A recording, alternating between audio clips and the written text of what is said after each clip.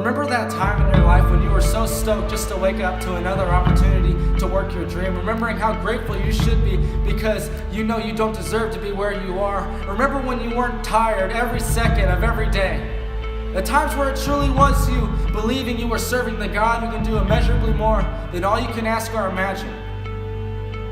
When you didn't dread going to bed at night and waking up in the morning because you knew what your day held for you. Where did all that passion go? Not that we're necessarily depressed or completely swallowed in apathy, but the fire left a long time ago, and now we just stare at the burning ashes of our past dreams, thinking what could have been, what should have, what would have, what was, what wasn't, what's stagnant, what's moving.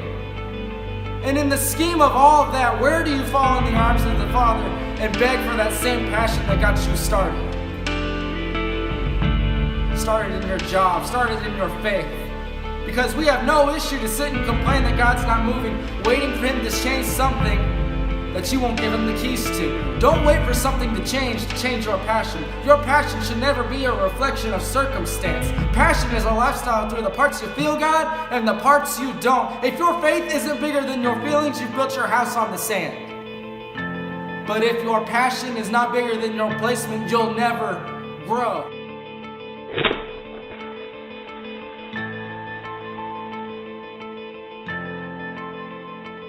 You've got to learn to find passion in the pit of mundane miracles. Because truth is, you have a reason to be passionate, but the miracles have been overlooked. They're there, but now you just look because some time has passed and it's lost its feeling of effect, like it doesn't matter, but in reality it means everything. Looking at the life you built these past few years and think about what it was like when you used to be excited to be alive. Not that you don't want to live, but don't you want to live again and truly live? Because passion is not something that separates winners and losers, because even people who win don't seem to care. Passion is the power that separates life and life abundantly. So I ask you, church, men, woman of God, where did your passion go?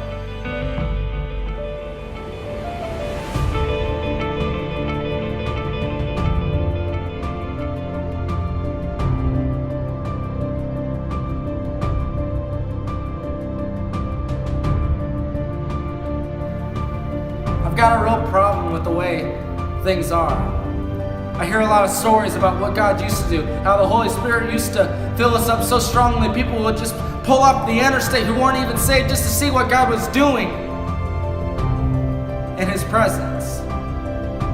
And I've got a question. Is the God who did it then not the God who can do it again? The same God who split the Red Sea, healed cancer, opened the eyes of the blind and the ears of the deaf, the same God who did it then can do it again, and it might not look the same way. But you're only as stuck as your lack of movement. So with that much being said, church, men, women of God, where did your passion go?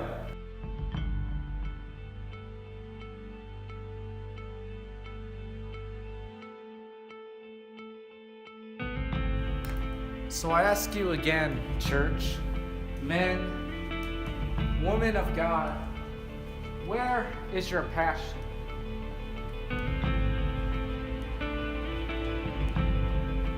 Where is your passion?